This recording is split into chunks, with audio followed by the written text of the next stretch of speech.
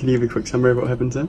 Yeah, so there's a huge fucking seller on Binance. Someone sold something like $60 to $100 million of Bitcoin on Binance, and it drove a bunch of markets out of whack with each other. So obviously it drove Bitcoin down because someone just sold a lot of it, but they also didn't do an efficient job of selling it. You know, if you actually want to sell that much Bitcoin, either you want to be like a sophisticated trading firm, or you want to just OTC it to one, which is like why we have an OTC desk, because we've spent like tens of thousands of man hours trying to figure out what the like most efficient ways to sell a lot of coins with not very much impact. But